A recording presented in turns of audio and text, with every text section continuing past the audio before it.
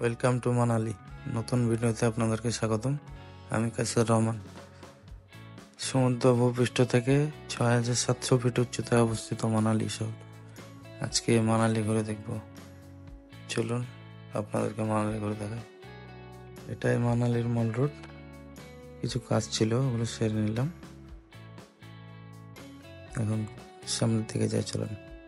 মানালির প্রথম ভিডিওতে আমি বলেছি বাইক ভাড়া কিভাবে নেওয়া যায়, তো আরেকবার বলে দিই। মানালিতে বাইক ভাড়া নিতে হলে আপনার যে দেশের হন সেই দেশের ড্রাইভিং লাইসেন্স থাকলে এনাফ, আর কিচ্ছু লাগে না। Per day 700 rupee royal Enfield bike ভাড়া পেয়ে যাবেন। আমি বাংলাদেশ থেকে আসছি, আমার বাংলাদেশি ড্রাইভিং লাইসেন্সে ভাড়া নিয়ে নিয়েছি। বাইকের অবশ্য তেল খরচটা খুবই বেশি, লিটারে 25 কিলোমিটার মতো যায়। চলুন সামনের দিকে যাই। আজকে ঘুরতে যাচ্ছি কোথায়? প্রথমে পড়বে সোলাং ভ্যালি, যেটা মানালি থেকে 7-8 কিলোমিটারের দূরেই। তো আমরা সোলাং ভ্যালি আগে যাব না, আগে যাবো আটাল টানাল। আটাল টানাল থেকে শিশু ভিলেজ ঘুরে আসার পথে আবার আটাল টানাল হয়ে তারপরে সোলাং ভ্যালি আসবো।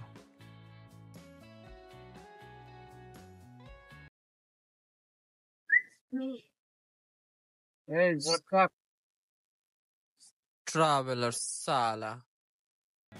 মানালি থেকে শিশু ভিলেজের দূরত্ব 53 কিলোমিটার, প্রায় 2 থেকে 2.5 ঘন্টা লাগে। জার্নি অনেকটা। যতই যাচ্ছি দূরের পাহাড় দেখছি, মুগ্ধ হয়ে যাচ্ছি। সবার জীবনে একবার মানালি আসা দরকার, নাহলে এরকম জায়গা উপভোগ করতে পারবেন না। ওই দেখুন ভিউ।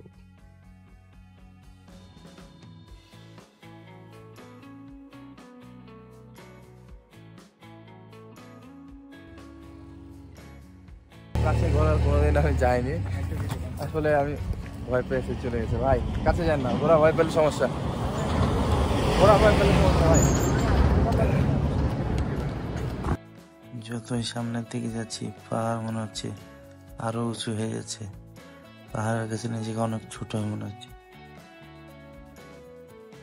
বর্তমানে এশিয়ার সেকেন্ড হাইস্ট আটাল টানাল, ওখানে আছি। টানেল হচ্ছে প্রায় 9.5 কিলোমিটার মতো, আর সাথে আছে আমার রয়্যাল এনফিল্ড ক্লাসিক। তো টানেল ক্রস করে ওই পারে যাব শিশু ভিলেজ, ওখানে শিশু ওয়াটারফল, শিশু লেক আছে। তো দেখি ভিতরে কোনো প্রকার দাঁড়ানো যাবে, ঠিক আছে?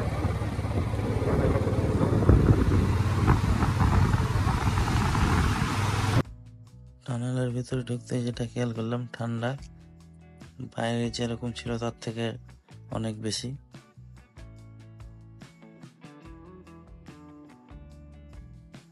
সামনে যে ব্রিজটা দেখা যাচ্ছে, ব্রিজটা ক্রস করার পরে ডানে চলে যাবে লাদাখের রাস্তা, বামে যাবে শিশু ভিলেজ। আমরা ডানে যাব না, আমরা বামের দিকে যাব, বামে শিশু ভিলেজ। চলুন। ওয়েলকাম টু শিশু ভিলেজ। এটা শিশু ভিলেজের গেট।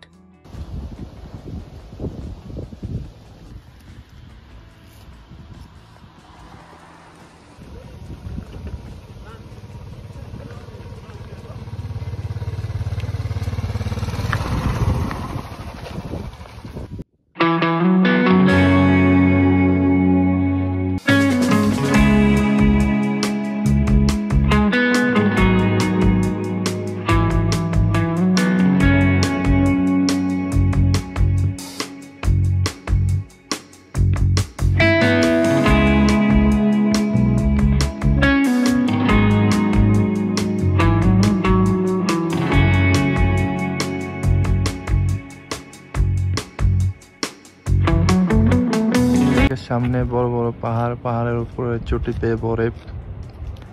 আসলে ক্যামেরাতে ভাবে বোঝানো সম্ভব না, জুম করে দেখানোর চেষ্টা করছি। ওই যে বরফ,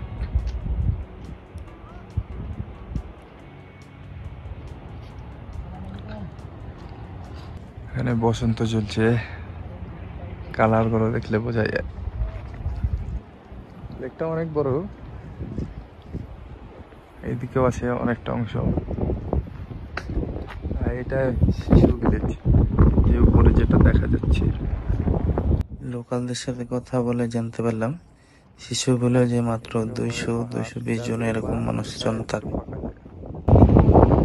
যে শিশু ওয়াটারফল, ওয়াটারফল আপনি যাবো কিছুক্ষণের মধ্যে।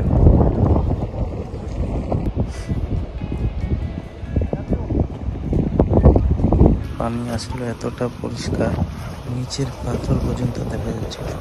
এখানে আসলে বোট নিয়ে গোটাটা ঘুরে দেখা যায় লেকটা পুরো।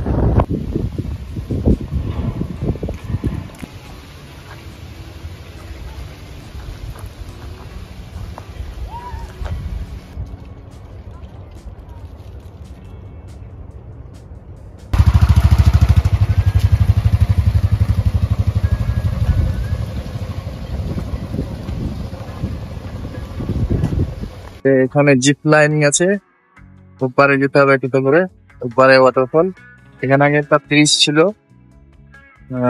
বন্যা টাইপের কিছু একটা হয়েছে, ব্রিজটা ভেঙে গেছে। তারপর থেকে জিপ লাইনিং আসছে, জিপ লাইনিং করে ওপারে যেতে হবে। যাই,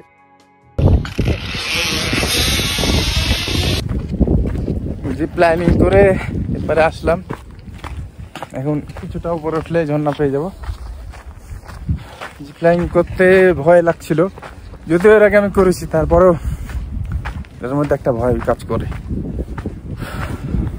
অনেক ভয় পাচ্ছিল জিপ লাইনিং করতে। ক্যামেরা আমার হাতে দিয়ে দিয়েছিল।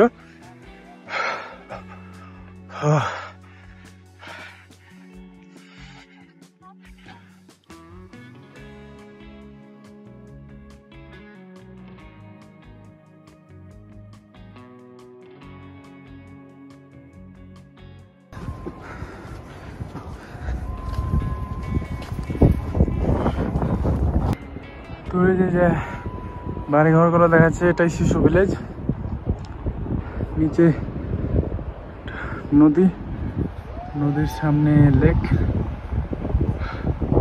আর আমরা নদী পার হয়ে জিপ লাইনিং করে এপারে পাহাড়ের উপরে। এইদিকেই শিশু ওয়াটারফল উপরে। এখানে অক্সিজেনটা খুব কম।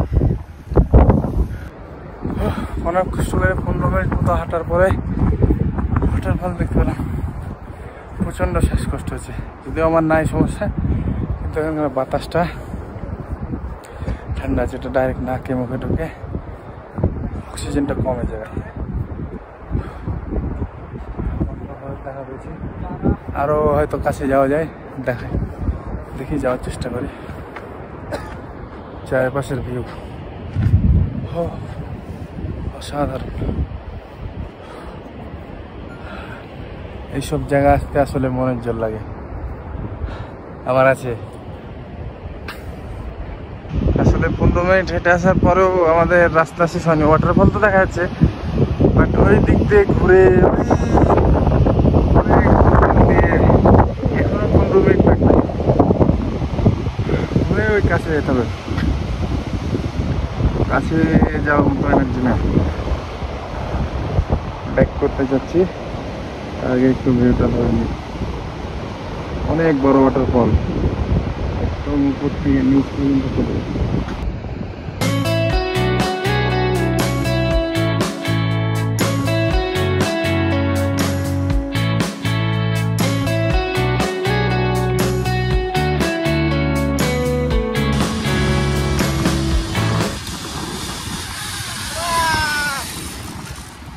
কেমন লাগলো? জোস জোস।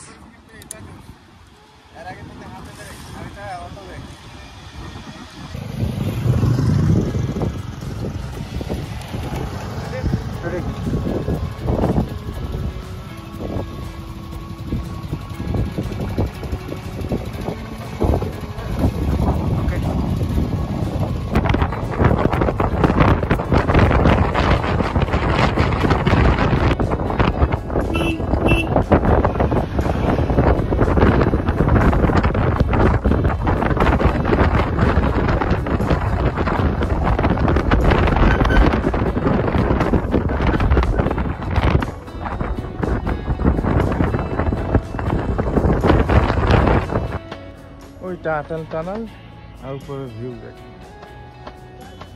কিছুক্ষণ আগে পুরাটা রোদ ছিল, আমরা এসে যখন দাঁড়ালাম তখনও রোদ ছিল। মুহূর্তের মধ্যে খালি একটা ম্যাগি আর একটা ভুট্টা অর্ডার দিয়েছি, তার ভিতরেই পুরোটা অন্ধকার হয়ে গেল। হালকা বৃষ্টির ফোঁটা পড়ছে। এখানে এক এক জায়গায় আসলে এক এক রকম ওয়েদার, একটু ঠান্ডা অনেক বেশি, কারণে নাক মুখ সব লাল হয়ে যাচ্ছে। এই যে দেখতে পাবেন প্রমাণটা। ভুট্টা অর্ডার করলাম আমি, ভুট্টা অনেক টেস্ট। ভাই হবে নাকি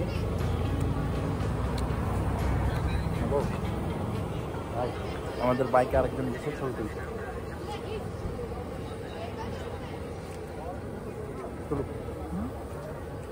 আমাদের বাইকে আরেকজন বসে ছবি তুলছে, আমি দেখাচ্ছি। हमारा बाइक एक दीदी वहाँ पे फोटो कर रहे हैं। মানালিতে আসলে যেখানে যাচ্ছি সেখানে টানেল, এরকম অনেক টানেল পেয়ে যাবেন মানালিতে আসলে।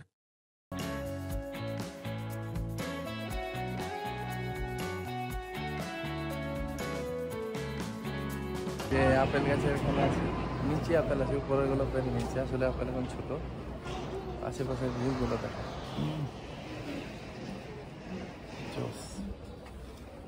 পিছের ভিউ আমাদের। ভাই একটা ফুল ছিঁড়েছিল মুখে নিয়ে, অনেক ভালো।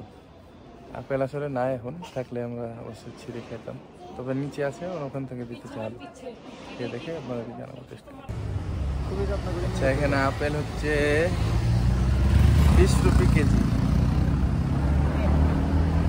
আপেল পাড়তে মানা করলে নিচে আছে 20 রুপি কেজি, বলছে গাছে এখন যেহেতু নাই, নিচের গুলো নেই, সমস্যা নেই। টাকা দিতে চাইলাম, নিল না। এখানকার মানুষ অনেক ভালো, যেহেতু কেজি 20 রুপি জোর করে দেওয়ার চেষ্টা করবো।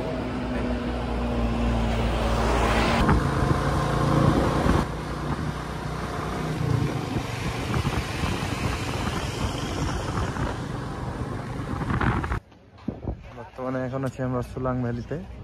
এখানে প্যারাগ্লাইডিং, রোপওয়ে, আরও কিছু হয়, যে জাম্পিং।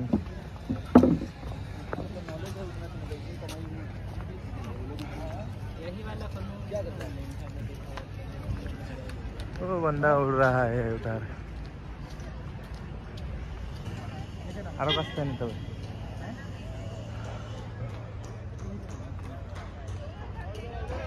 তো এই যে এখানে রোপওয়ে আছে সোলাং ভ্যালিতে। এটা মানালি সিটি থেকে অনেক কাছে হয়। আজকে অনেক ঠান্ডা বেশি, কথা বলতে সমস্যা হচ্ছে, তো অনেক বেশি খরচ, ওই জন্য রোপওয়েতে আমরা চললাম না। হ্যাঁ, ঘুরতে ঘুরতে ভিডিওর শেষ পর্যায়ে চলে আসলাম। আমার নেক্সট ট্রিপ কাশ্মীর। তো কী করতে হবে বুঝতে পারছেন, আমার চ্যানেলটি এখনই সাবস্ক্রাইব করে ফেলুন।